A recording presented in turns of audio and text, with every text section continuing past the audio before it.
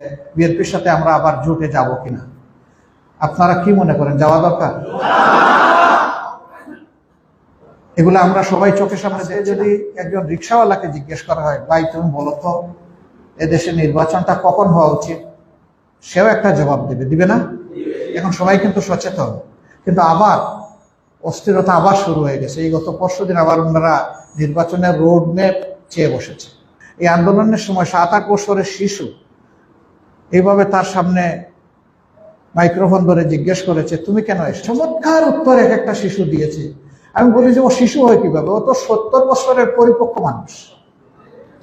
কাজে আজকে মানুষ কি পরিমাণ সচেতন, সেই জায়গায় আমি যা বলবো মানুষ তাই মানবে, বরঞ্চ মানুষ যা চাইবে তাদের বিবেক যেখানে সায় দিবে। যারা রাজনীতি করেন মানুষের মনের ভাষা তাদেরকে পড়তে হবে, মনের সাহিত্যটা পড়তে হবে, মনের কবিতা পড়তে হবে, মনের গদ্য পড়তে হবে। যদি মানুষের মনের গদ্য পড়তে না পারি আমরাও ব্যর্থ হব, এটা বুঝতে হবে আমাদের। আলহামদুলিল্লাহ আমরা এই জন্য আল্লাহর শুকরিয়া আদায় করি যে আমরা আমাদের জানা মতো ওই ধরনের বাড়াবাড়ির দিকে এখনো আমরা যাইনি।